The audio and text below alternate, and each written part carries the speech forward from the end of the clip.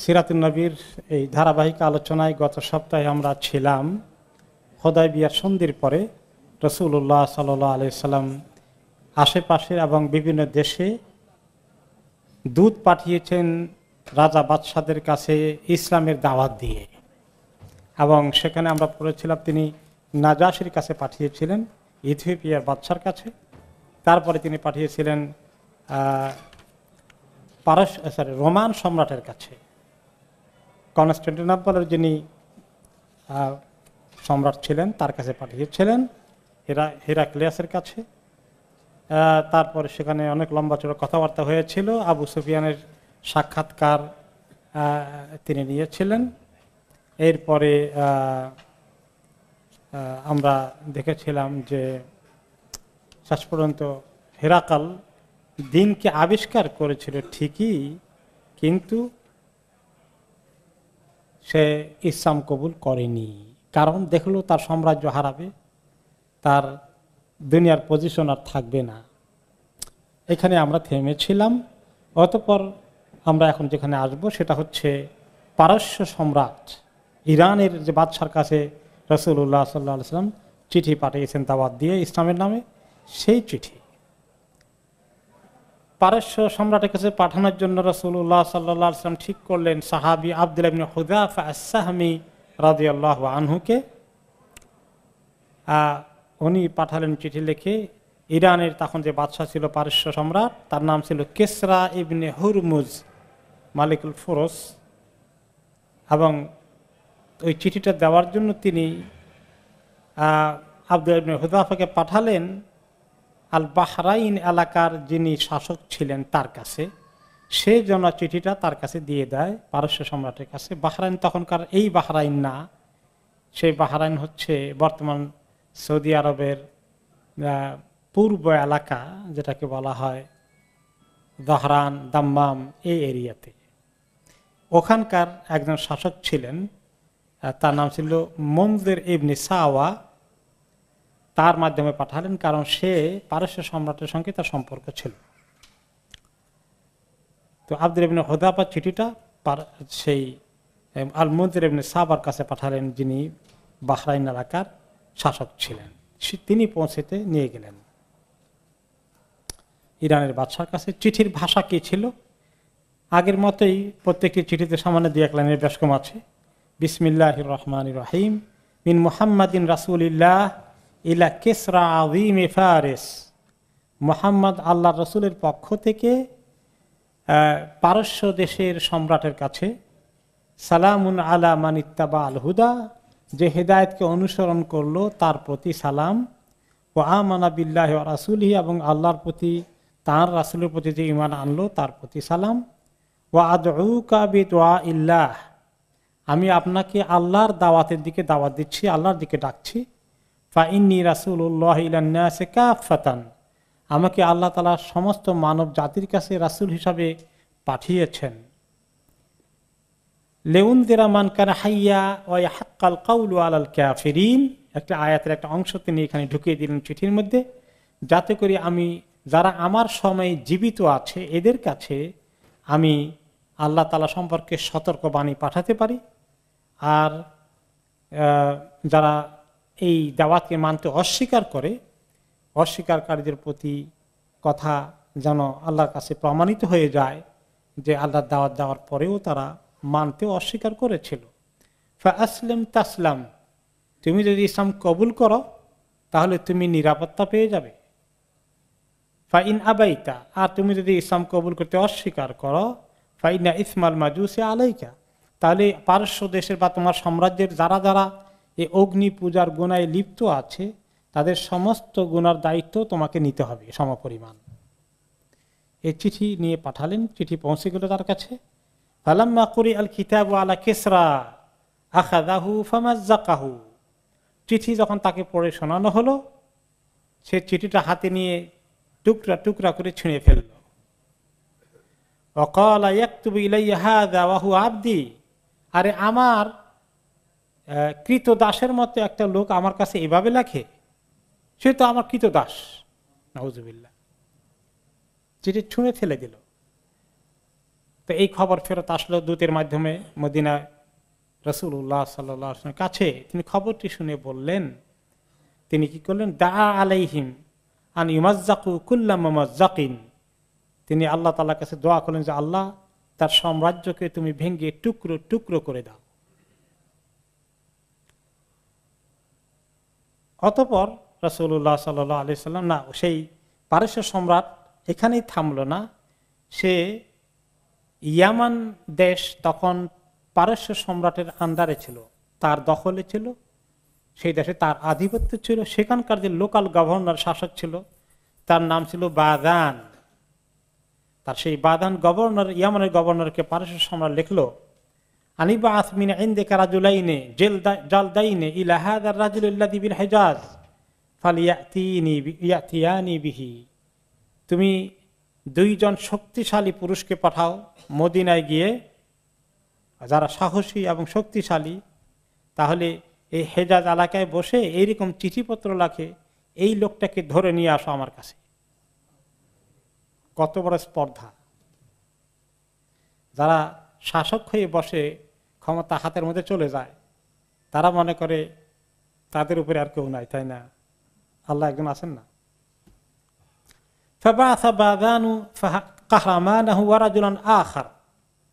এই বাদান অর্থাৎ ইয়ামানের যে গভর্নর পারস্য সম্রাটের পক্ষ থেকে, সে তার একদম একান্ত তার ডেপুটি বা তার সেক্রেটারি মতো যে সেই লোকটাকে পাঠালো, বিশ্বস্ত এবং শক্তিশালী। আরেকজন মানুষ তার সঙ্গে শক্তিশালী, দুইজনকে দিয়ে পাঠালো। ওয়াকাতাবা মাহুমা কিতাবান, আর সে লিখে দিল একটা চিঠি, নবী করিম সাল্লাল্লাহু আলাইহি ওয়াসাল্লাম লক্ষ্য করে চিঠি লিখে দিল। এই চিঠিটা নিয়ে দুইজনে মদিনায় চলে আসলেন। ফাদাফা কিতাবা বাদান ইলা নবী সাল্লাল্লাহু আলাইহি ওয়াসাল্লাম। তখন তারা দুইজনে ওই চিঠিটা নবী করিম সাল্লাল্লাহু আলাইহি ওয়াসাল্লামের কাছে পাঠালেন। তিনি চিঠিটা যখন ওনাকে পড়ে শোনানো হলো, ফাতাবাসসামা রাসূলুল্লাহ সাল্লাল্লাহু আলাইহি ওয়াসাল্লাম ওয়া দাআহুমা ইলাল ইসলাম। তিনি মুচকি হাসি দিলেন চিঠিটা পড়ে, আর এই দুইজন পত্রবাহককে বা যে দুজন ওনাকে ধরে নিতে আসছেন, এই দুজনকে তিনি দাওয়াত দিলেন ইসলামের দিকে। সুম্মা ক্বালা লাহুম সাল্লাল্লাহু আলাইহি ওয়াসাল্লাম, ওকে, তারপরে তিনি বললেন, চিঠি পড়ার পরে দুজনকে দাওয়াত দিয়ে বললেন, ইরজিআ আন্নী ইয়াউমাকুমা হাযা হাত্তা তাতিয়ানিল গাদ ফাউখবিরুকুমা বিমা উরিদ। চিঠি তো দিলা, ঠিক আছে, আজকে তোমরা একটু যাও, রেস্ট নাও, থাকো, ঘুমাও রাতে এক জায়গায়, হয়তো থাকার ব্যবস্থা করে দিলেন। আমি তোমাদেরকে বলবো আগামীকালকে ইনশাআল্লাহ কি বলতে হয়। চিঠির বক্তব্য কি ছিল সেটা রেওয়ায়েত আসেনি, কিন্তু বলে দিলেন যে আগামীকালকে তোমাদেরকে বলবো আমি আমার এই চিঠির প্রতিক্রিয়া কি বলতে চাই।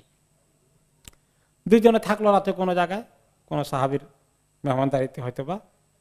পরের দিন সকালে আবার নবী করিম সাল্লাল্লাহু আলাইহি ওয়াসাল্লামের সঙ্গে দুইজন সাক্ষাৎ করতে আসলেন।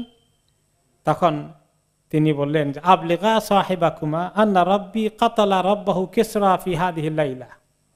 যে বাদান ইয়ামানের গভর্নর তোমাদেরকে চিঠি দিয়ে আমার কাছে দুইজনকে পাঠিয়েছে, তোমরা ইয়ামানে গিয়ে তোমাদের ওই শাসককে, গভর্নরকে বলো যে তার রবকে আল্লাহ তাআলা গত রাত্রে শেষ করে দিয়েছেন। গত রাত্রেই তার রবকে, মানে পারস্য সম্রাটকে আল্লাহ তাআলা দুনিয়া থেকে শেষ করে দিয়েছেন। এবং তিনি বললেন যে প্রায় 7 ঘন্টা আগে এই ঘটনা হয়েছে, এবং সেটা ছিল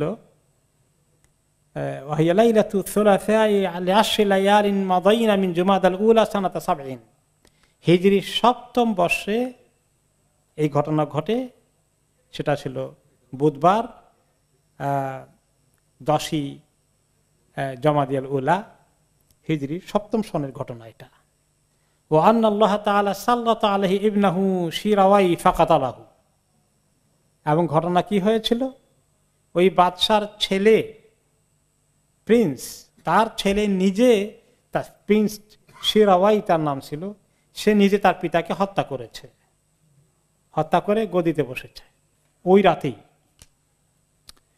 তখন তারা দুইজন এই খবর নিয়ে চলে আসলো, ইয়ামানের গভর্নরকে পৌঁছালো। আর ইয়ামানের গভর্নর, ওরা আস্তে আস্তে ইয়ামানের গভর্নর খবর পেয়ে গেছে পারস্য সম্রাটের কি ঘটনা ঘটেছে, এবং এই খবর শুনে বাদান ইয়ামানের গভর্নর আসলামা, ইসলাম কবুল করে ফেলল। আর এমনকি ওয়া আসলামাল আবনা উমাহু মিন ফারিসিল্লাযিনা কানু বিল ইয়ামান, আর ইয়ামানে বেশ কিছু ইরানি লোকজন ছিল পারস্য সম্রাট দখল করার পরে, সে বেশ কিছু ইরানিকে সেখানে দিয়েছিল তার ক্ষমতা, রাজ্যকে সেই জায়গা ঠিক রাখার জন্য। এরা সবাই, এই বাদানও ছিল অরিজিনাল ইরানি বংশোদ্ভূত, এবং পারস্য সম্রাটের পক্ষ থেকে সেখানে গভর্নর হিসেবে নিয়োজিত ছিল। তার সঙ্গে বাকি যারা ছিল ইরানি রাজকর্মচারী, সবাই ইসলাম কবুল করে ফেলল।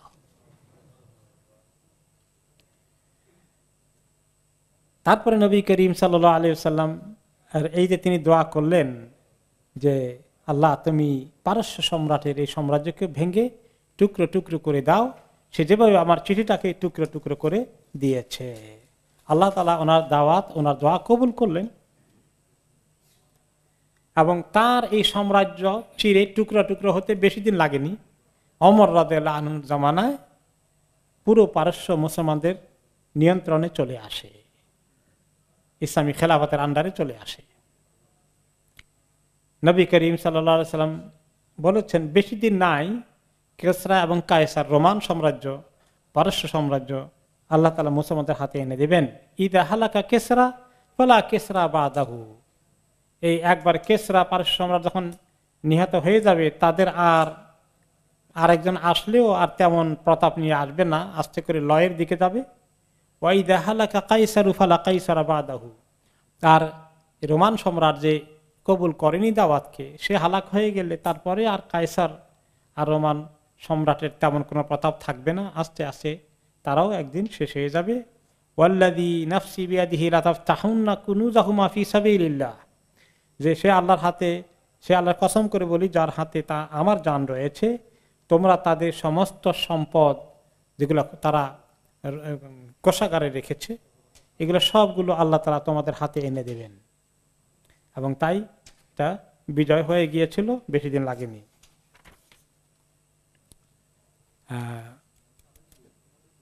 তিনি আরেকটি হাদিসে বলেছেন লাতাফতাহান্না ইসাবাতু মিনাল মুসলিমিন আও মিনাল মুমিনিন কানজা আলি কিসরা আল্লাযী ফিল আবয়াদ, যে পারস্য সম্রাটের যে হোয়াইট হাউস আছে, তাদের একটা হোয়াইট হাউস ছিল, কাসরুল আবিয়াদ, হোয়াইট প্যালেস, যে সেটার মধ্যে যে সম্পদ তারা গচ্ছিত করে রেখেছে, আল্লাহ তাআলা আমার উম্মতের একটি দলকে দিয়ে সেটা তাদের হাতে তুলে দেবেন। তাই হয়েছিল। এইগুলো পারস্য সম্রাটের কাছে চিঠি, তার প্রতিক্রিয়া। তারপরে আসলে তিনি চিঠি দিলেন, 4 নম্বর চিঠি পাঠালেন ইলাল মুকাউকিস মালিক আল ইস্কান্দারিয়া। ইস্কান্দারিয়া যেটা আলেকজান্দ্রিয়া বলে এখন মিশরে, তো মিশরের রাজধানী তখন ছিল আলেকজান্দ্রিয়া এবং আলেকজান্দ্রিয়া, সেখানকার যিনি বাদশাহ মুকাউকিস, তার কাছে তিনি চিঠি পাঠালেন। এবং সেখানে চিঠি পাঠানোর জন্য তিনি যে সাহাবীকে পাঠিয়েছেন, তিনি হচ্ছেন হাতিব ইবনে আবি বালতাহ। হাতিব ইবনে আবি বালতাহ রাদিয়াল্লাহু আনহু, ওনাকে চিনেন তো? কি ঘটনা আছে ওনার? চিঠি পাঠিয়েছিলেন মক্কা বিজয়ের আগে গোপনে, যে মুহাম্মদ সাল্লাল্লাহু আলাইহি ওয়াসাল্লাম মক্কা বিজয় করতে আসতেছেন, গোপন খবরকে ফাঁস করে দিয়েছিলেন, পাঠানোর জন্য পাঠিয়েছিলেন। পরে আল্লাহ তাআলা অবশ্য চিঠি মক্কা পর্যন্ত পৌঁছে দেননি, কাহিনী আমরা শুনেছি। আবার যখন মক্কা বিজয়ের আগের কাহিনী আসবে আমরা শুনবো ইনশাআল্লাহ। তো হাতিব ইবনে আবি বালতাহ আসলে একজন অবিশ্বস্ত নন, এতে বোঝা গেল, কারণ নবী করিম সাল্লাল্লাহু আলাইহি ওয়াসাল্লাম ওনাকে বাছাই করেছেন মিশরে বাদশার কাছে পাঠানোর জন্য দূত হিসাবে ওনার পক্ষ থেকে। তারপরে চিঠি লেখেন ওনার কাছে, তার নাম ছিল জুরাইজ ইবনে মিনা। জুরাইজ ইবনে মিনা ছিল তার নাম। উনি তার কাছে চিঠি লিখলেন, বিসমিল্লাহির রহমানির রহিম, মিন মুহাম্মাদিন আবদিল্লাহি ওয়া রাসূলিহি, মুহাম্মদ আল্লাহর বান্দা এবং তার রাসূল, ইলাল মুকাউকিস আযীমিল কিবত, কিবতীদের, কপ্টিকদের প্রধান, সেখানে কপ্টিকদের রাজত্ব ছিল। কিবতী যারা একটু কালো কালারের, এদেরকে বলা হয় কিবতী বা কপ্টিক, তাদের তখন শাসন ছিল সেখানে। তারা মেজরিটি খ্রিস্টান ছিলেন তার তিনি ছিলেন সেখানকার বাদশা, সেই হিসাবে তিনি লিখলেন ইলাল মুকাওকিস আযিমিল কিবত, এই যে কিবতীদের যে বাদশা তার কাছে আমি চিঠি লিখলাম, সালামুন আলা মান ইত্তাবাল হুদা, যে ব্যক্তি হেদায়েতকে অনুসরণ করলো গ্রহণ করলো তার প্রতি সালাম। তারপরে তিনি বলেন আম্মা বাদ, অতঃপর ফা ইন্নী আদউকা বিদিআয়াতিল ইসলাম আসলিম তাসলাম, আমি তোমাকে ইসলামের দাওয়াত দিচ্ছি, ইসলাম কবুল করো, তোমার নিরাপত্তার ব্যবস্থা হয়ে যাবে। ওয়া আসলিম ইউতিকা আল্লাহু আজরাকা মাররাতাইন, তুমি ইসলাম কবুল করো, আল্লাহ তাআলা তোমাকে দ্বিগুণ নেকি দান করবেন, নিজেরটাও আর সবাই যে ইসলাম কবুল করলো তোমার উসিলায়, এর কারণে তুমি বহুগুণ সওয়াব পেয়ে যাবে। ফাইন তাওয়াল্লাইতা, আর তুমি যদি অস্বীকার করো, তুমি এগিয়ে না আসো, উল্টা দিকে যাও, ফা ইন্না আলাইকা ইসমুল কিবত, তাহলে মনে রেখো সমস্ত কপটিক নেশনের, এই কিপ্তি পুরো জাতির আল্লাহর দিনে না আসার যে বোঝা গুনাহ, এই গুনার বোঝা তোমার কাছে যাবে। তারা কিন্তু ছিল খ্রিস্টান, সেখানে তিনি তাদের জন্য সেই আয়াতটা লিখলেন যেখানে আল্লাহ তাআলা আহলে কিতাবের কথা, পিপল অফ দ্য বুকের প্রসঙ্গ আলোচনা করেছেন, খ্রিস্টান ইহুদিদের কথা বলেছেন। তিনি সেখানে আল্লাহ তাআলা বললেন, নবী করিম সাল্লাল্লাহু আলাইহি ওয়াসাল্লাম এই আয়াতটা লিখলেন, আবাদ আউযু বিল্লাহি মিনাশ শাইতানির রাজিম, কুল ইয়া আহলাল কিতাবি তাআলাউ ইলা কালিমাতিন সাওয়াইন বাইনানা ওয়া বাইনাকুম, হে কিতাবের অনুসারীগণ, আহলে কিতাবের লোকজন, ওই বাক্যের দিকে আসো যে বাক্যটা, যে কথাটা তোমাদের মধ্যে আর আমাদের মধ্যে একই কথা, আমরা একই কথায় বিশ্বাসী হওয়ার কথা। সেটা কি? আল্লাহ না'বুদা ইল্লাল্লাহ, আমরা আল্লাহ ছাড়া কারো ইবাদত করব না, ওয়ালা নুশরিকা বিহি শাইআ, তার সঙ্গে আমরা কাউকেই শরীক বানাবো না, ওয়ালা ইয়াত্তাখিযা বা'দুনা বা'দান আরবাবাম মিন দুনিল্লাহ, আর আমরা আল্লাহ ছাড়া কেউ একে অপরকে রবের জায়গায় নিয়ে বসাবো না, কাউকে আমরা রবের জায়গায়, রবের আসনে বসাবো না, সবাই এক রবের ইবাদত করি আল্লাহ। এটা তো তোমাদের নবী ঈসা আলাইহিস সালাম এই কথা নিয়ে এসেছিলেন, আমরা সেই কথা নিয়ে এসেছি, আমরা তো একই কথার লোক। ফাইন তাওয়াল্লাউ ফাকুলু শাহাদু বিআন্না মুসলিমুন, আর তারা যদি এই কথা বলতে অস্বীকার করে, পৃষ্ঠ প্রদর্শন করে চলে যায়, তাহলে তোমরা বলো যে আমরা সাক্ষী দিচ্ছি, তোমরা সাক্ষী থাকো যে আমরা সবাই মুসলিম। ফালাম্মান তাহাল কিতাব ইলাল মুকাওকিস, যখন চিঠি তার কাছে গেল, পৌঁছে গেল, তার দরবারে দেওয়া হলো, আখাদাহু ফাকাব্বালাহু সুম্মা কারাআহু, সে নিজে কিতাব চিঠিটা হাতে নিয়ে চিঠিতে চুমো দিল আর চিঠিটা নিজে পড়লো। ওয়া আকরামা হাতিবান ওয়া আহসানা নুজুলাহু, চিঠির যে দূত, চিঠি বহনকারী হাতিব ইবনে আবি বালতা রাদিয়াল্লাহু আনহুকে খুব সম্মান করলো এবং ওনাকে খুব চমৎকার মেহমানদারির ব্যবস্থা করে দিল। তারপরে সুম্মা বা'আসা ইলাইহি ওয়া ক্বাদ জামা বাতারিকাতাহু ফাকালা লাহু ইন্নী সাউকাল্লিমুকা বিকালামিন ওয়া উহিব্বু আন তাফহামাহু মিন্নি, অতঃপর তিনি শেষ তার সমস্ত যারা বড় বড় যাজক ছিল খ্রিস্ট ধর্মের, বড় বড় যারা ওলা আলেম ছিল খ্রিস্ট ধর্মের, পোপ মানে কি বলে যে পাদ্রী, সবাইকে সে ডাকলো। আর হাতিব ইবনে আবি বালতাকে বললেন যে আমি তোমাকে কিছু কথা বলবো, তুমি বুঝে শুনে কিন্তু আমাকে উত্তর দিবে, যাতে করে আমি ঠিকমতো আনসারটা পাই। ওকে, তো জিজ্ঞেস করলো, হ্যাঁ, হাতে বললো যে অবশ্যই অবশ্যই হালুম না। তারপর বললো আখবিরনি আন সাহিবিক আলাইসা হুয়া নবী, তুমি আমাকে ঠিক করে বলো তোমার যে সাথী, তোমাদের এই যে লোকটা আমাকে চিঠি পাঠিয়েছেন, তিনি কি নবী নন? ক্বাল হাতিব বালা হুয়া রাসূলুল্লাহ, অবশ্যই তিনি তো আল্লাহর রাসূল। মুকাওকিস বলল ফামা লাহু হাইথু কানা হাকাযা লাম ইয়াদু আলা কওমিহি হাইথু আখরাজুহু মিন বালাদিহি ইলা গায়রিহা, তো আল্লাহর নবী যদি হয় তো তাহলে সে নিজের লোকজনকে কেন এই দাওয়াতের মধ্যে ঢুকাতে পারলো না, বরঞ্চ তারা তাকে বহিষ্কার করে তাকে আরেক দেশে গিয়ে আশ্রয় নিতে হলো। তো আল্লাহর নবী হলে এই দুর্দশা তো হওয়ার কথা না। বুঝতে পেরেছেন? মক্কা থেকে বিতাড়িত হয়ে গেলেন বা পালিয়ে গেলেন, তো নবী হলো কেমনে? তাহলে নবীকে তারা সাহায্য করার কথা। হাতিব বলেন বালা হুয়া রাসূলুল্লাহ। তারপর সে বলল আলাস্তা তাশহাদু আন্না ঈসা ইবনে মারইয়াম রাসূলুল্লাহ, তিনি পাল্টা প্রশ্ন করলেন, হাতেব একদম বোকা নন, তিনিও যথেষ্ট বুদ্ধিমান। আচ্ছা তুমি বলো তো, তুমি কি সাক্ষী দেওয়া বিশ্বাস করো যে ঈসা আলাইহিস সালাম আল্লাহ তাআলার রাসূল? এটা যদি বিশ্বাস করো, ফামা লাহু হিনা আখাযাহু কওমুহু ফাআরাদু ইয়াকতুলুহু, তাহলে কিভাবে ঈসা আলাইহিস সালাম দাওয়াত দেওয়ার পরে তার কওমরা এসে তাকে কতল করতে চাইলো? তাহলে আল্লাহ নবীর কতল করতে আসে কেমনে?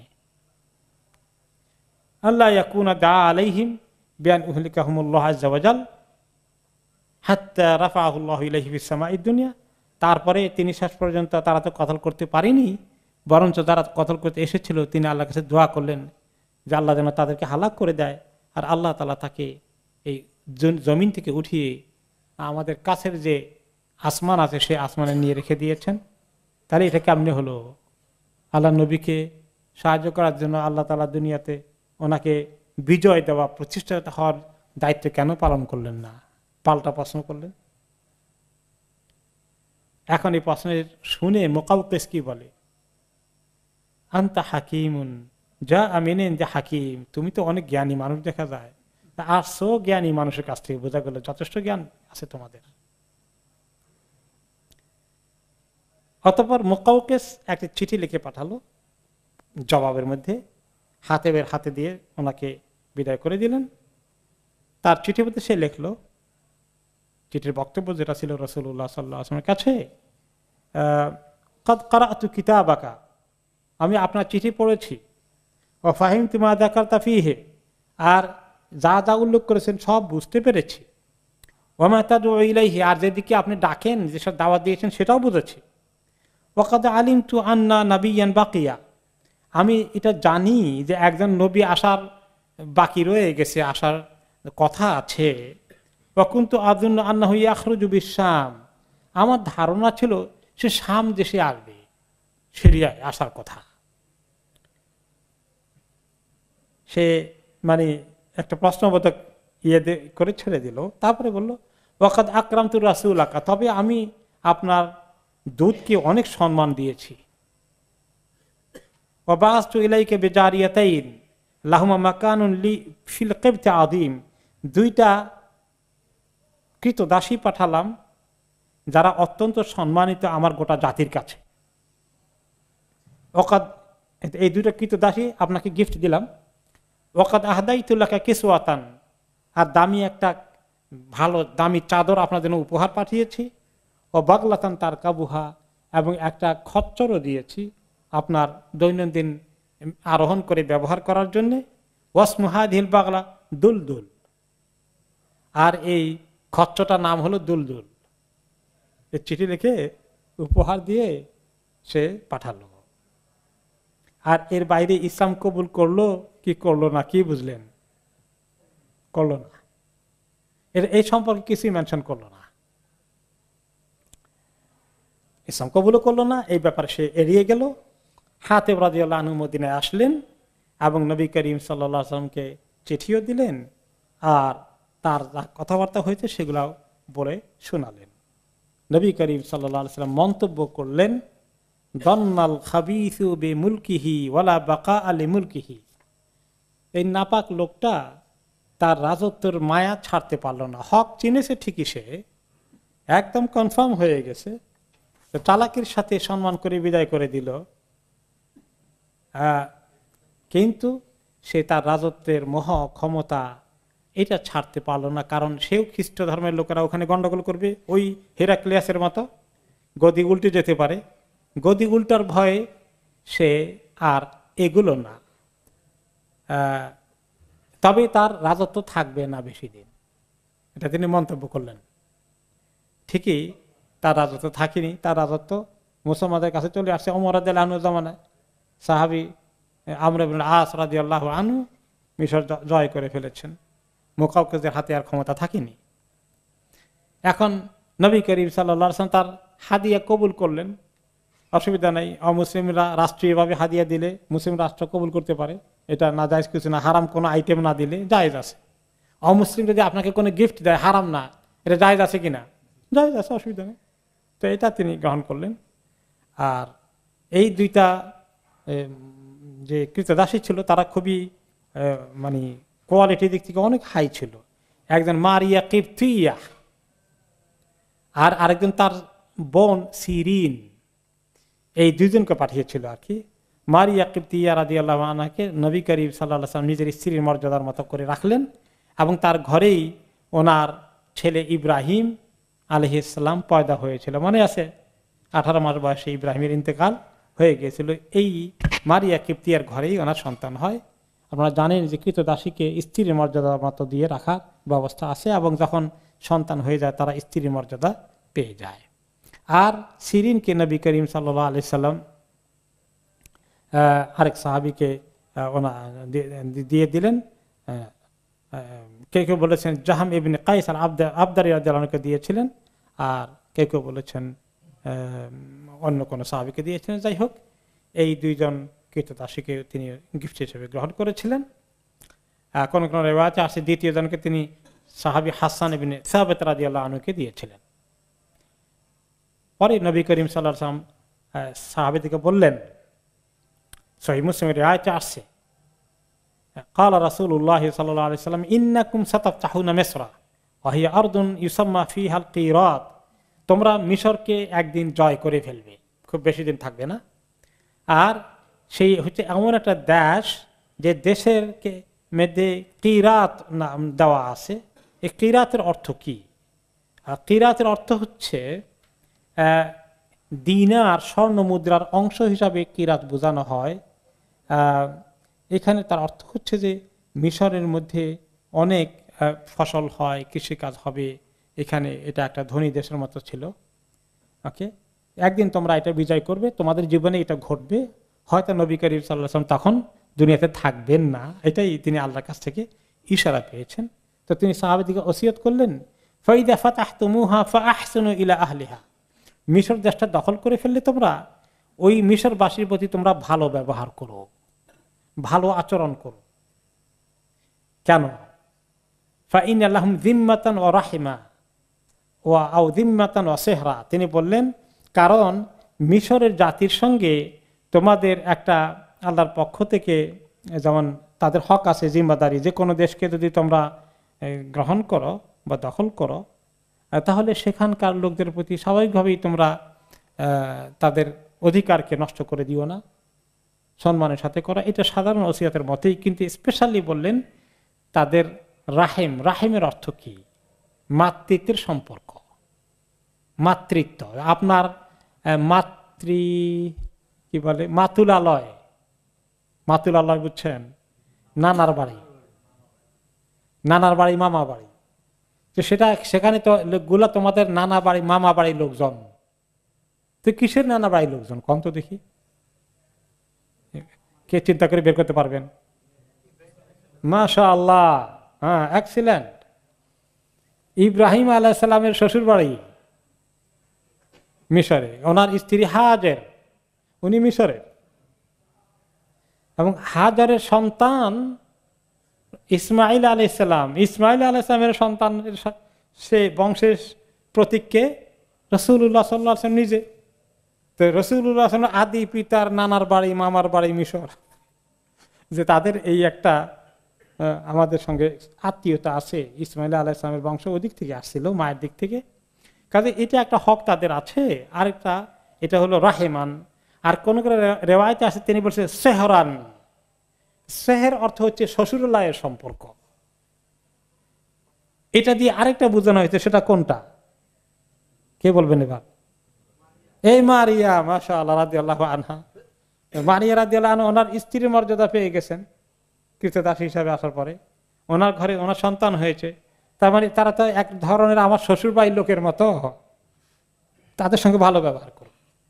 এই দুইটা রিওয়ায়াত আছে যে মাতুলালয়ের সম্পর্ক, আমার শ্বশুরালয়ের সম্পর্ক, এইগুলো খেয়াল করো তোমরা। মিশরবাসীর সঙ্গে ভালো ব্যবহার করো, তাদেরকে সম্মান করো। এদের দখল করে ফেললে। আরেকটি হাদিসে তিনি মিশরের ব্যাপারে অন্য সময় ওসিয়ত করেছিলেন। উম্মে সালামা রাদিয়াল্লাহু আনহা রিওয়ায়াত করেছেন, আন্না রাসূলুল্লাহ সাল্লাল্লাহু আলাইহি ওয়াসাল্লাম আওসা ইনদা ওয়াফাতিহি। এমনকি নবী করিম সাল্লাল্লাহু আলাইহি ওয়াসাল্লাম মৃত্যুর কাছাকাছি সময়ে ওসিয়ত করেছিলেন মিশরবাসী সম্পর্কে, আল্লাহ আল্লাহ ফি কিবতি মিসর, মিশরের কপটিক, মিশরের কিপ্তিদের ব্যাপারে তোমরা আল্লাহর কথা একটু আল্লাহকে সাক্ষী রেখে বলে যাচ্ছি, তাদের হক নষ্ট করো না, তাদেরকে তোমরা সম্মান দিও। ফাইন্নাকুম সাতাদহারুনা আলাইহিম, অচিরেই তোমরা তাদের উপরে বিজয় লাভ করবে। ওয়ায়াকুনুনা লাকুম উদ্দাতান ওয়া আওয়ানান ফি সাবিলিল্লাহ, এবং তারা তোমাদের জন্য আল্লাহর রাস্তায় তোমাদের সঙ্গী হবে, তোমাদের সহযোগী হবে। মিশর জাতি ইসলাম কবুল করে ফেলবে, এটা তিনি ভবিষ্যৎবাণী করেছেন। তাহলে মিশর ইসলামের মধ্যে একটা ভালো ভূমিকা রাখবে, এই ভবিষ্যৎবাণী পাওয়া গেছে। ঠিকই মিশর বিজয়ের পরে মিশরের লোকেরা প্রায় সবাই আল্লাহর দিনে, অল্প কিছু কপটিক খ্রিস্টান রয়ে গেছে, মেজরিটি ইসলামের দিকে ঢুকেছে। এবং পরবর্তী পর্যায়ে মিশর ইসলামের একটা দুর্গ হিসাবে কাজ করেছে। কয়েক শতাব্দী থেকে ইসলামের জ্ঞান বিজ্ঞান, কোরআন থেকে শুরু করে অনেক লেখাপড়া, শিক্ষা দীক্ষা, আলিম ওলামা, বড় বড় ইমামদের আবির্ভাব ঘটেছে কিন্তু মিশরে। মিশর ইসলামের একটা বড় ধরনের মানে কেন্দ্র হিসাবে ব্যবহৃত হয়ে আসছে।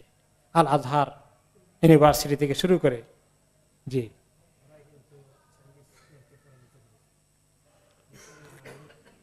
হ্যাঁ, মিশরের মামলুক গোষ্ঠীর শাসকরা যখন আব্বাসিয়াদের পতন ঘটে যায়, আব্বাসিয়া খলিফা নামে মাত্র থাকে, দুর্বল হয়ে যায়, এই মঙ্গলরা অ্যাটাক করা শুরু করে, বাগদাদকে কি করলো, 25 লক্ষ লোককে হত্যা করলো। ওই সময় ঠিকই মনে করে দিয়েছেন ভাই, যে ওই সময় মিশরের মামলুক বাদশাগণ চেঙ্গিস খানের গোষ্ঠীকে মঙ্গলদেরকে ঠেকায়, এবং কোত্রস এর ভূমিকা থাকে। পরবর্তী সালাহুদ্দিন আইয়ুবী কুর্দিস্তান থেকে হলে সেখানে মিশরকে দখল করে তাদেরকে সহকারে নিয়ে বাইতুল মাকদেসকে উদ্ধার করেছেন। কাজে মিশর ইসলামের একটা বড় প্রধান কেন্দ্র হিসাবে আবির্ভাব ঘটে পরবর্তী পর্যায়ে আমরা দেখেছি। এবং এই যুগ পর্যন্ত ইসলামী শিক্ষা দীক্ষায় পৃথিবীব্যাপী প্রচার প্রসারের ব্যাপারে মিশরের আলেমদের অনেক ভূমিকা ছিল, তাই না? এটা নবী করিম সাল্লাল্লাহু আলাইহি ওয়াসাল্লামের ভবিষ্যৎবাণীটা আসলে শুধুমাত্র আত্মীয়তার সম্পর্ক নয়, এর ভিতরে অনেক বড় মাসলাহাত ছিল। আল্লাহ তাআলা ওনাকে দিয়ে এটা ভবিষ্যৎবাণী করিয়ে গেছেন, যার ফলে মিশর বিজয়ের সময় কোনো বড় ধরনের রক্তপাত ঘটেনি, ইজিলি হয়েছে, কিন্তু মিশরের লোকেরা ইজিলি ইসলামে চলে এসেছে। 4 নম্বর লেটার গুলো এটা। 5 নম্বর চিঠি লিখেছেন তিনি হারিস ইবনে আবি শিমর, দিমাশকের যিনি বাদশাহ, লোকাল গভর্নর বা বাদশাহ ছিলেন, যদিও তারা রোমান সম্রাটের কিছু আনুগত্য করতেন বা সেমি ইন্ডিপেন্ডেন্ট রুলারের মতো আরব রুলার ছিলেন হারিস ইবনে আবি শিমর, সিরিয়া শাম দেশের বাদশাহ। সেখানে তিনি যাকে পাঠালেন দূত হিসাবে, যে সাহাবী, তিনি হচ্ছেন সুজা ইবনে ওয়াহাব আল আসদি রাদিয়াল্লাহু আনহু। সেখানে চিঠির যে বক্তব্য ছিল আগেরগুলোর মতোই, বিসমিল্লাহির রহমানির রহিম, মিন মুহাম্মাদিন রাসূলিল্লাহ, মুহাম্মদ আল্লাহ রাসূলের পক্ষ থেকে, ইলাল হারিস ইবনে আবি শিমর, হারিস ইবনে আবি শিমর বাদশার কাছে বা শাসকের কাছে, সালামুন আলা মান ইত্তাবাল হুদা, যে হিদায়াত কবুল করলো তার প্রতি সালাম, ওয়া আমানা বিল্লাহি ওয়া সাদ্দাকা, যে ঈমান আনলো এবং আল্লাহর প্রতি এবং তার রাসূলের প্রতি রাসূলের সত্যতাকে স্বীকার করে নিল।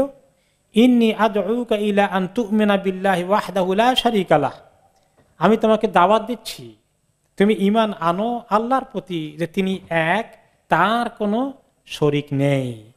ইয়াবকা লাকা মুলকুকা, তাহলে তোমার রাজত্ব বজায় থাকবে, তোমার ক্ষমতা আমরা ঠিক রাখবো।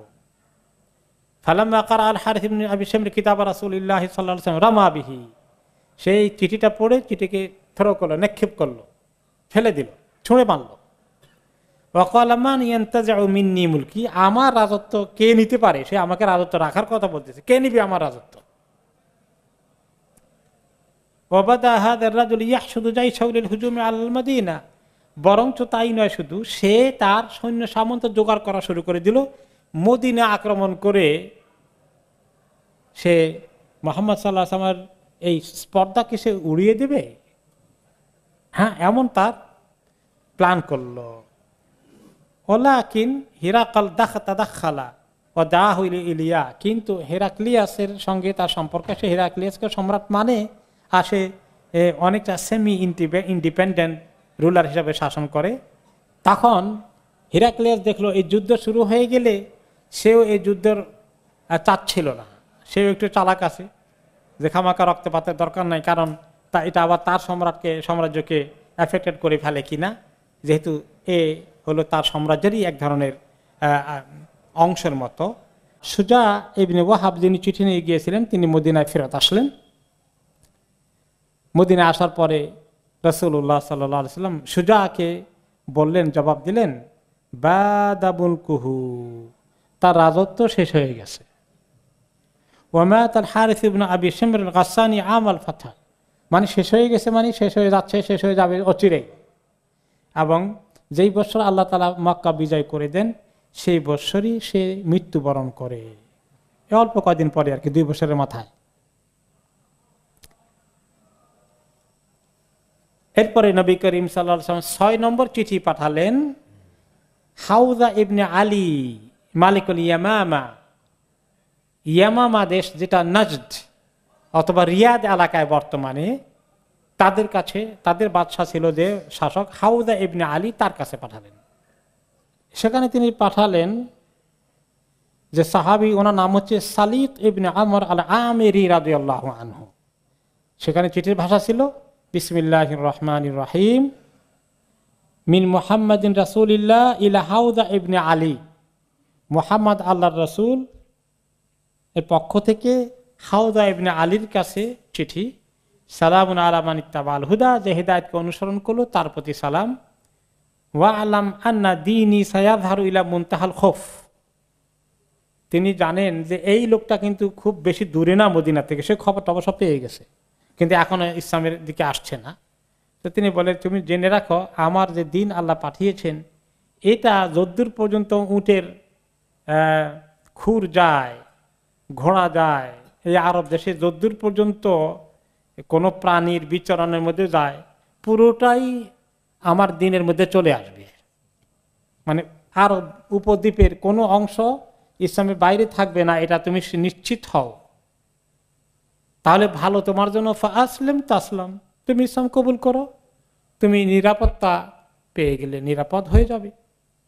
ওয়া আজআলু লাকা মা তাহতা ইয়াদাইকা, আর আমি তোমার আন্ডারে যে এরিয়া আছে আমি খামাকা ওখানে দখলদারি করতে যাব না, তুমি সেখানে শাসক হিসাবেই অ্যাজ ইট ইজ থাকবা।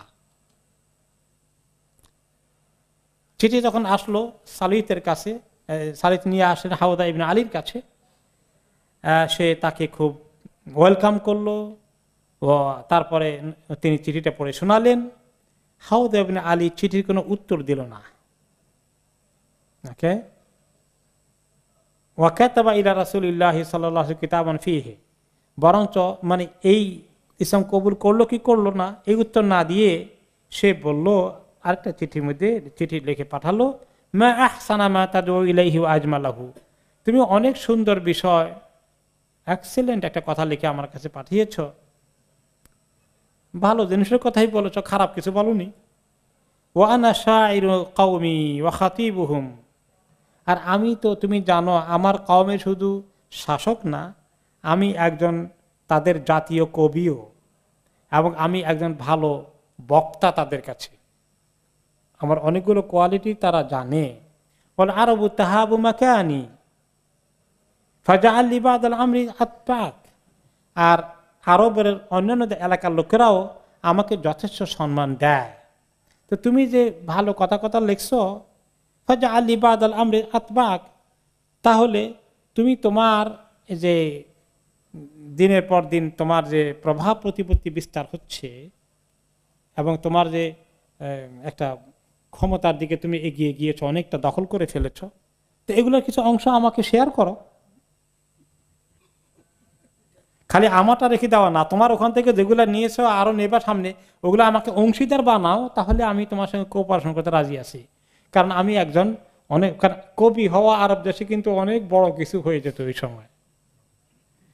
বক্তৃতা ভালো করতে পারা, এটাও এখনো লিডার যারা হয় এরকম কিছু বক্তা, ভালো বক্তা হয়ে গেলে কাম হয়ে গেছে, মাঠ গরম করে দিল খালি, আর পাবলিক তো হই হই করে ছুটলো।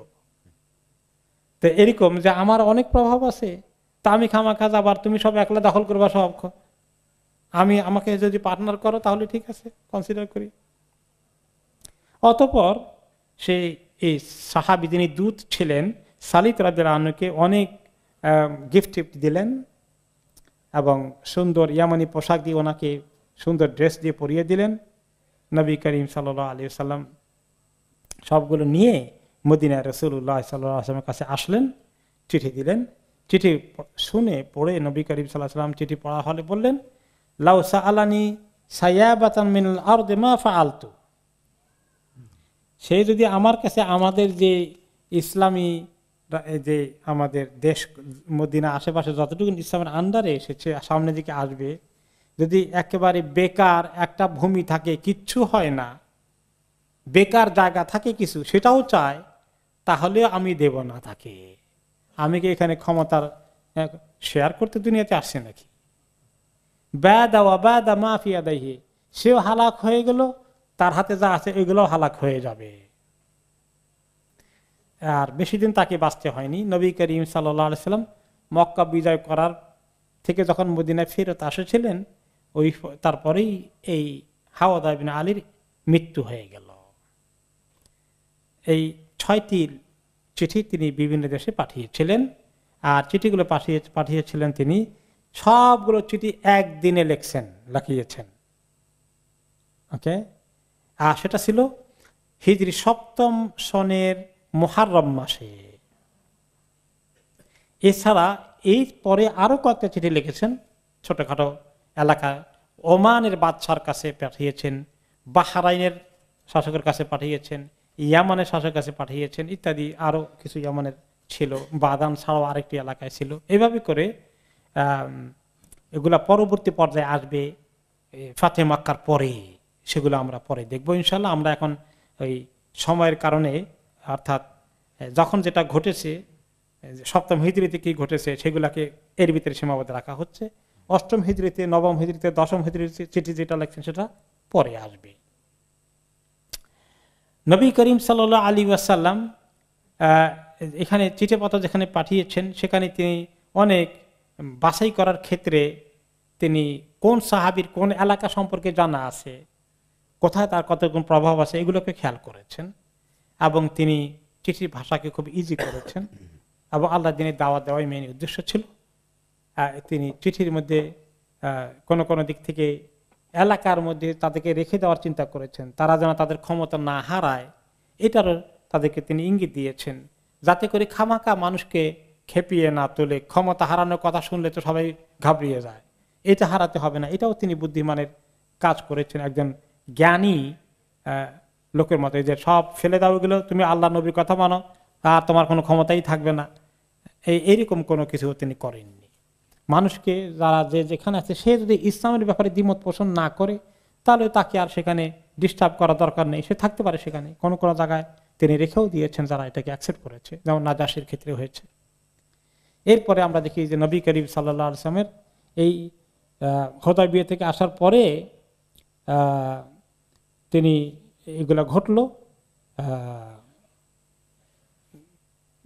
কিছু কিছু লোক যখন তিনি সন্ধি করে ফেরত আসলেন মদিনায়, আশেপাশে কিছু কবিলা এতদিন ইসলাম কবুল করেনি, এখন তারাও ইসলাম কবুল করে ফেললো, যারা মুনাফিক কিসিমের লোক ছিল।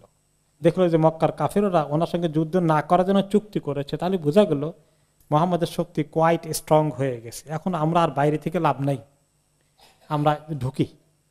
কিন্তু ইসলামকে তারা আন্তরিকভাবে গ্রহণ করেনি। এদের মধ্যে অনেক মুনাফিক ছিল এবং অনেক ইহুদেরাও কিছু ইসলাম কবুল করে ফেললো, কিন্তু তারা মুনাফিক হয়ে থাকলো। তাদের মধ্যে একজন ছিল লাবিদ ইবনে আসাম বনি জুরাইকের, ওয়াকানা মুনাফিকান।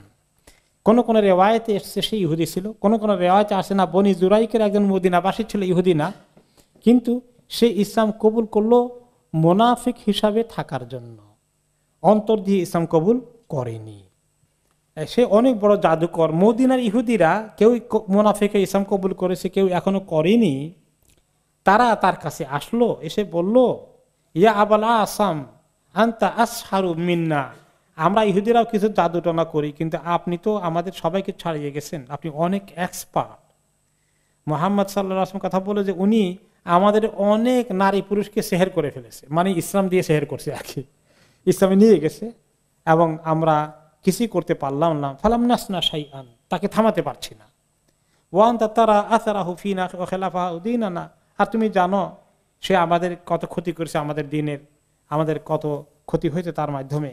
আমরা এক কাজ করব, তোমাকে আমরা প্রচুর পরিমাণ বকশিশ দেব, প্রচুর পরিমাণ তোমাকে দেব, যদি তুমি এমন একটা সেহের করতে পারো যে মুহাম্মদের অবস্থা কাহিল হয়ে যায়, আমরা একটি প্রতিশোধ নিয়ে একটু আমরা তৃপ্তি পেতে পারি, তার যন্ত্রণা থেকে আমাদেরকে রেহাই দিতে পারো, তাহলে তোমরা বিশাল অঙ্কের ওয়াদা করলো, তোমাকে আমরা এত বেশি দান করব।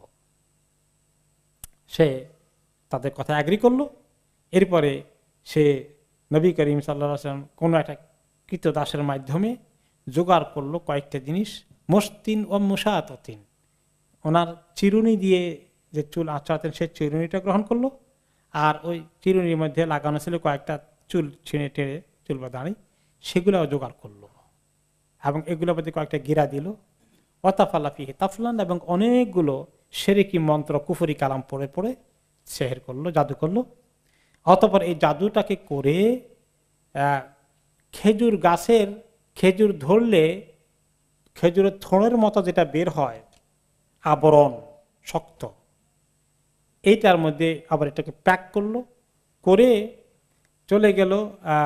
এবং সেই যে আবরণটা আছে খেজুরের এর ফুলের উপরে আসে, এটা ছিল নর খেজুর গাছেরটা, এইটার থেকে এটা নিল।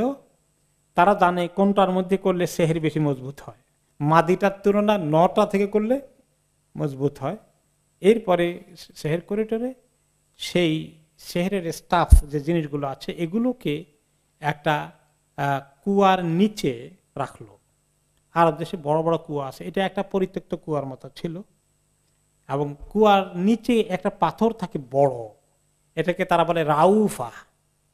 কুয়ার নিচে, যে কোনো বড় কুয়ার নিচে একটা পাথর থাকে একদম তলদেশে। এই জন্য কোনো সময় কুয়ার পানি নষ্ট হয়ে গেলে এটাকে ক্লিন করতে হলে নষ্ট পানি বের করার জন্য বালতি দিয়ে দিয়ে তারা ওখানে যে লোকটা এই কাজ করবে দাঁড়িয়ে বালতি ভরে দেবে আর বাকিরা উপর থেকে তুলবে, সে দাঁড়ানোর জন্য একটা বড় রক থাকে, পাথর থাকে। ওই পাথরটা ওখানে ছিল, সে ওই জাদুর পোটলাটাকে ওই পাথরের নিচে রেখে দিল ওই কুয়ার মধ্যে। তো এই এখন জাদুর অ্যাকশন হচ্ছে রাসূলুল্লাহ সাল্লাল্লাহু আলাইহি ওয়াসাল্লামের জীবনে। উনি শারীরিকভাবে ফিল করতেছেন, মানসিকভাবে ফিল করছেন এটা। তিনি অনেক কষ্ট আস্তে আস্তে ফিল করছেন, শরীর খারাপ হয়ে যাচ্ছে, দুর্বল হয়ে যাচ্ছে। ফাওয়াজাদা রাসূলুল্লাহ সাল্লাল্লাহু আলাইহি ওয়াসাল্লাম আমরান আনকারাহু, তিনি বুঝতেই পারেন না আমার হলো কি, এরকম হয়ে গেল কেন, আমার শরীর একদম দুর্বল হয়ে গেছে, অনেক কাজ করতে গিয়ে করতে পারেন না, এমনকি তার স্ত্রীদের সঙ্গে মেলামেশা করবেন সেটাও তিনি পারেন না। দেখছেন মারাত্মক অবস্থা। ওয়াহাদা আসাদ্দু মা ইয়াকুনু মিনাস সিহর, এবং খুব খারাপ সিহর এটা করে স্বামী স্ত্রী মেলামেশা বন্ধ হয়ে যাবে। মারাদা রাসূলুল্লাহ সাল্লাল্লাহু আলাইহি ওয়াসাল্লাম মারাদান শাদীদান, তিনি সাংঘাতিক অসুস্থ হয়ে পড়লেন। ওয়া উখিযা আনিন নিসা, মহিলাদের কাছে আর ওনার আর কোনো হাজত উনি মেটাতে পারছেন না। ওয়ানিত আমি ওয়া শারাবে, খাওয়া দাওয়া ঠিক মতো করতে পারছেন না। এইভাবে নবী করিম সাল্লাল্লাহু আলাইহি ওয়াসাল্লাম কতদিন ছিল? কোন কোন রিওয়ায়াতে 40 দিন, কোন কোন রিওয়ায়াতে 6 মাসের কথা এসেছে তিনি সাফার করেছেন। এই 40 দিনকে 6 মাস যেটাই ঘটে। এরপরে তিনি একদিন খুব করে আল্লাহ তাআলার কাছে তাহাজ্জুদ পড়লেন, ইস্তেখারা করলেন, আল্লাহর কাছে অনেক দোয়া করলেন। মা আয়েশা রাদিয়াল্লাহু তাআলা আনহা বলেন যে একদিন তিনি আমার ঘরেই শোয়া ছিলেন, তিনি অনেক নামাজ পড়লেন, ইস্তেখারা করলেন, আল্লাহর কাছে খুব করে দোয়া করলেন। তারপরে সুম্মা দাআ সুম্মা দাআ সুম্মা দাআ, এত দোয়া করলেন, আবার দোয়া করলেন, আবার দোয়া করলেন, আল্লাহর কাছে খুব খুব মনোযোগ দিয়ে দোয়া করলেন, খুব কাঁদলেন সেহের থেকে মুক্তি পাওয়ার জন্য, কি হয়েছে এটা জানার জন্য, বোঝার জন্য। আর এই মুসিবত থেকে আর তিনি কেমনে মুক্তি পাবেন? তিনি এখনো জানেন না যে ওনাকে জাদু করেছে, তিনি শুধু কাহিল হয়ে যাচ্ছেন। অতঃপর পরের দিন সকালে তিনি ঘুমালেন। পরের দিন সকালে তিনি মা আয়েশা রাদিয়াল্লাহু আনহাকে বললেন, ইয়া আয়েশা আশআরতি আন্নাল্লাহ তাআলা আন্নাল্লাহ আফতানি ফীমা ইস্তাফতাইতুহু ফীহি, আমি আল্লাহর কাছে অনেক যে দরখাস্ত দিয়েছি, আল্লাহ আমার কি হয়েছে আমাকে জানান, কি করতে হবে মুক্তি পেতে হলে। আমার আল্লাহ আমার ডাকে সাড়া দিয়েছেন। আমি যখন শুয়ে আছি স্বপ্নে দেখি বা মানে কিছুটা চেতনা হতে পারে, আতানি রাজুলানি হুমা জিবরিল ও মিকাইল, দুইজন মানুষের সুরত ধরে আমার কাছে আসলেন, একজন জিব্রাইল একজন মিকাইল। তারপরে একজন আমার শিয়রের পাশে, আরেকজন আমার পায়ের পাশে, দুইজন দুই জায়গায় দাঁড়ানো আছেন। একজন আরেকজনকে জিজ্ঞাসা করেন, মা ওয়াজউর রাজুল, এই বেচারার কি হয়েছে? এক ফেরেশতা আরেক ফেরেশতাকে জিজ্ঞাসা করেন, কালা মাতবুবুন, তাকে সেহের করেছে, জাদু করেছে, জাদুটোনা করেছে। কালা মান তাব্বাহু, তো আরেকজন এখন বলেন, তো কে করেছে তাকে জাদু? কালা লাবিদ ইবনুল আসাম, ওই লাবিদ ইবনুল আসাম নামে ওই লোকটা করেছে। ফি আইয়ি শাইইন, কি স্টাফ, কি জিনিস, কিসের মধ্যে জাদু করেছে? ফি মুস্তিন ও মুশাতাতিন ও জুফফি তালিন নাখলাতে যাকারিন, যে ওনার মাথার চিরুনি এবং চুল নেওয়া হয়েছে এবং একটি নর খেজুর গাছের যে খেজুরের ফুলের উপরে যে খোসা হয় সেই কাভারের মধ্যে রেখে জাদু করে এখানে প্যাক করা হয়েছে। কলা আইনা হুয়া, এই প্যাকটা কোথায় আছে এখন? ফিবে এরে জারওয়ান, জারওয়ান কুয়ার মধ্যে এটা আছে।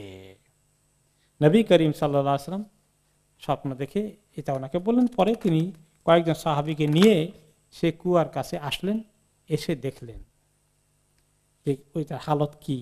কুয়ার পাশে আসলেন, ফেরত গিয়ে পরে মা আয়েশাকে বললেন, ইয়া আয়েশা হাদিহিল বিরুল্লাতি উতিতুহা, যে কুয়ার কাছে গিয়েছিলাম সেখানে গিয়ে দেখি কান্না মাহা নুকাত আল হেন্না, তার পানি এমন কালো হয়ে গেছে, মনে হয় যেন মেহেন্দিকে ধোয়ার জন্য বা মেহেন্দিকে ভিজানোর জন্য তারপরে যে পানি মিশ্রিত, মেহেন্দি মিশ্রিত পানি যেভাবে একটু গভীর কালো হয়ে যায়, গাঢ় কালো হয়ে যায়, এরকম হয়ে গেছে পানিটা কুয়ার, এই সেহেরের অ্যাকশনের কারণে।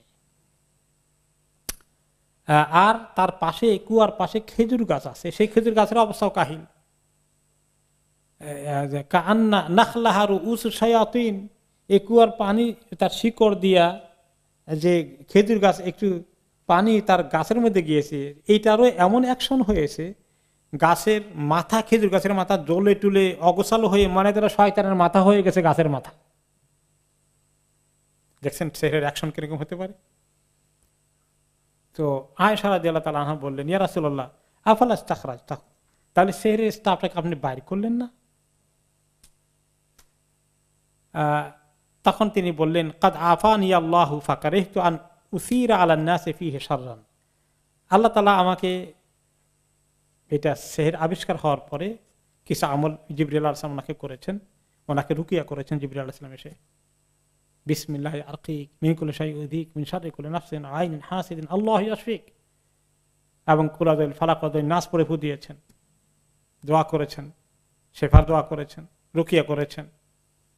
তো বলে যে আল্লাহ তাআলা আমাকে যেহেতু শেফা দিয়ে দিয়েছেন, এইগুলো করার পরে উনি একদম সুস্থ হয়ে গেলেন এবং আর কোনো এরকম কমপ্লেন থাকলো না, যে আমি যখন সুস্থ হয়ে গেছি আর এটা বের করে লোকদেরকে দেখিয়ে কে এটা করেছে সেটাকে আবিষ্কার করে আবার তার বিরুদ্ধে লোকেরা খেপে যাবে, এটা আরেক ফিতনার কারণ হয়ে যাবে, কারণ সে আনসারি কবিলার গোত্রের লোক যদি হয়ে যায়, এটা নিয়ে আবার তাকে নিয়ে একটা ফিতনা মদিনার ভিতরে শুরু হয়ে যেতে পারে, কাদের দরকার নাই। আর আল্লাহ যেহেতু আমাকে সুস্থ করে দিয়েছেন, এই রেওয়ায়তে বলছে। অতঃপর তিনি বললেন, এই কুয়ার পানি আর কেউ যেন কখনো পান না করে, এগুলা ওই সেহের ওখানেই থাকুক, এর উপরে অনেকগুলো মাটি দিয়ে এটাকে ভরাট করে দেওয়ার কথা বললেন।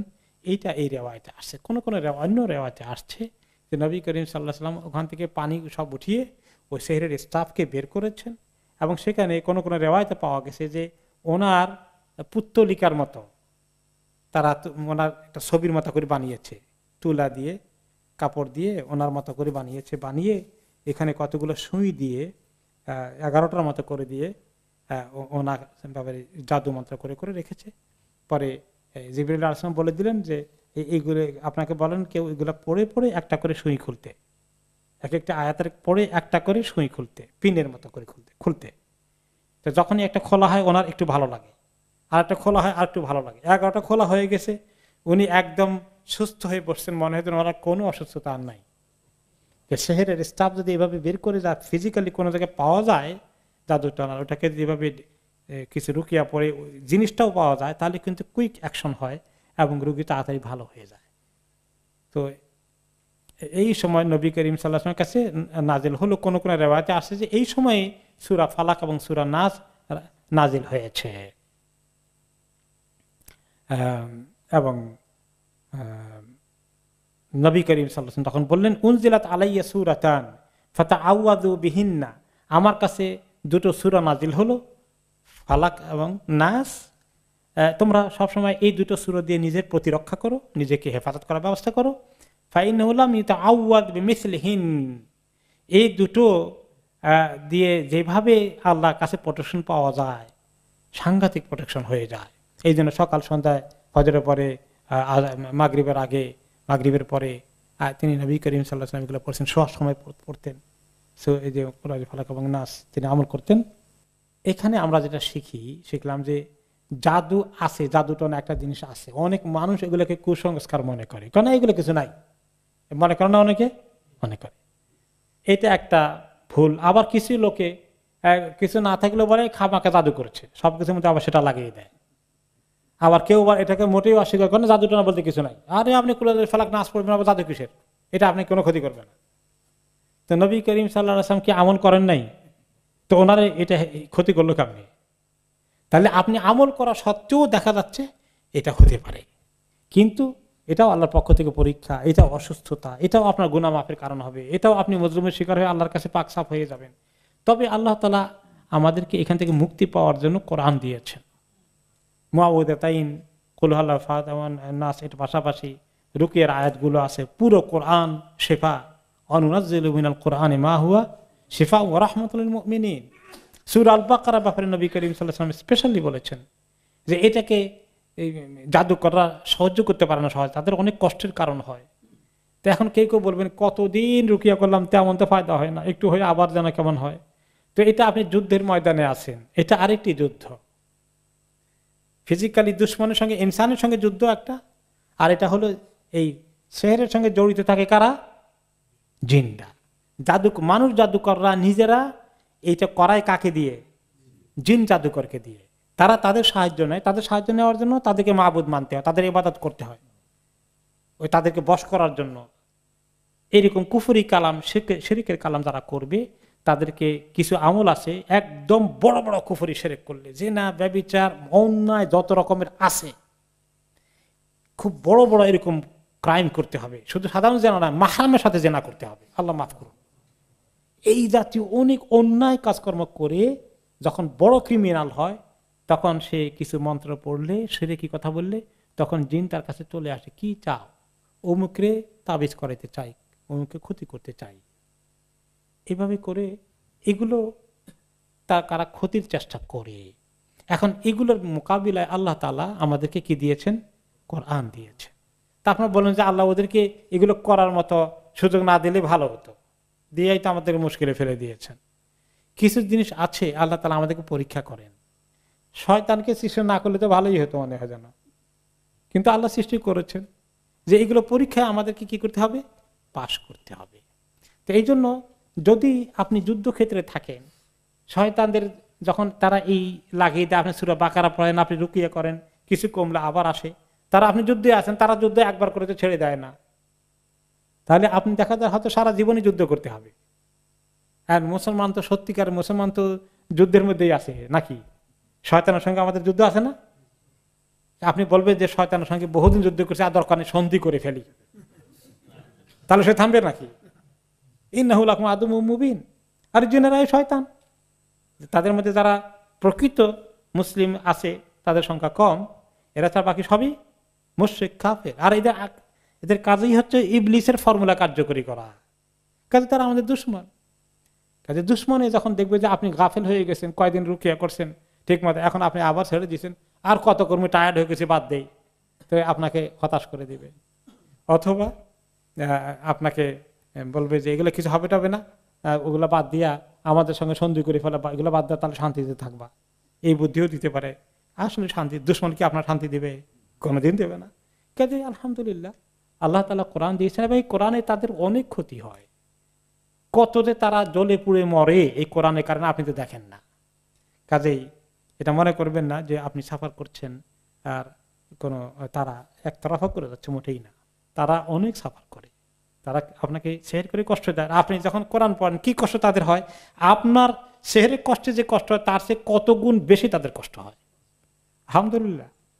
তো কিন্তু আপনি যে সাফার করলেন, এই সাফারের কারণে আপনার কি হচ্ছে, গুনাহ মাফ হচ্ছে, আপনি আল্লাহর দিকে বেশি করে আসছেন, আপনি এত কোরআন পড়ছেন যেটা আগে পড়তেন না, আপনি এত দোয়া করছেন যেটা আগে করতেন না। তাহলে এটা আপনার জন্য, এই যে এত দোয়া করলেন, এত কোরআন পড়লেন, এত আয়াতগুলো পড়লেন, এইটা এখন আপনার আমল বাড়লো না কমলো? কোনটার মধ্যে খায়ের আছে আমরা তো বুঝি না। আল্লাহ তাআলা এইভাবে নবী করিম সাল্লাল্লাহু আলাইহি ওয়াসাল্লামকে দিয়ে করিয়ে আল্লাহ আমাদেরকে এই লেসনটা পাওয়ার ব্যবস্থা করে দিলেন। সুবহানাল্লাহ। ওনাকে কষ্ট দিয়ে আল্লাহ তাআলা আমাদেরকে শিখালেন যে তোমাদের সঙ্গে জিনের দুশমনি আছে, শয়তানদের, তোমরা কিভাবে প্রোটেকশন করবে সেটা ওনার আমলের মাধ্যমে আমরা জানতে পারলাম। এখানে আমরা থাকবো ইনশাআল্লাহ। এর পরবর্তী ঘটনাগুলো আগামী সপ্তাহ থেকে আসবে ইনশাআল্লাহ। আজকে আমরা এখানেই সমাপ্ত করি। ওয়াবিল্লাহি তৌফিক। সুবহানাকাল্লাহুম্মা ওয়া বিহামদিকা আশহাদু আল্লা ইলাহা ইল্লা আনতা আস্তাগফিরুকা ওয়া আতুবু ইলাইক।